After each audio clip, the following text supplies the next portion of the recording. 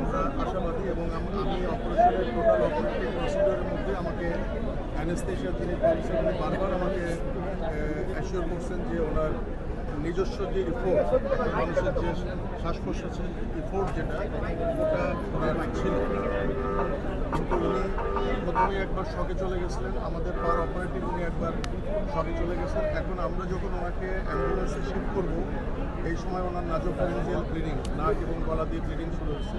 তো ওইটা আমরা মোটামুটি ম্যানেজ করছি। ENT সার্জনরা ফাইনালি ওটা ম্যানেজ করার পরে আমরা ব্লাড দিয়ে সেফলি ওনাকে শিফট করবো। আমরা আপনাদের কোনো আশার কথা শোনাতে পারছি না, তবে উনি এখনো বেঁচে আছেন।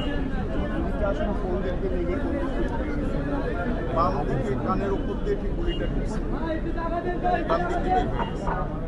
আর আমরা গুলিটা খুলে রেখে দিচ্ছি বাম দিকে, কারণ বাম দিকে হলো এক্সিট, ওখানে মগজ বেশি ক্ষতিগ্রস্ত হচ্ছে। ওইদিকে আমরা গুলিটা খুলে রেখে দিচ্ছি। ডোনার যে ম্যানেজমেন্ট সেগুলো করছি, মগজ থেকে পানি বের করে দিয়ে মগজের চাপ কমায় দেওয়ার যে ব্যবস্থা সেগুলো আমরা করছি। আমাদের পক্ষে যতটুকু করা সম্ভব আমরা করছি, কিন্তু বেসিক্যালি ওনার অবস্থা খুবই ক্রিটিক্যাল। আপনার পুরো নাম পরিচয়?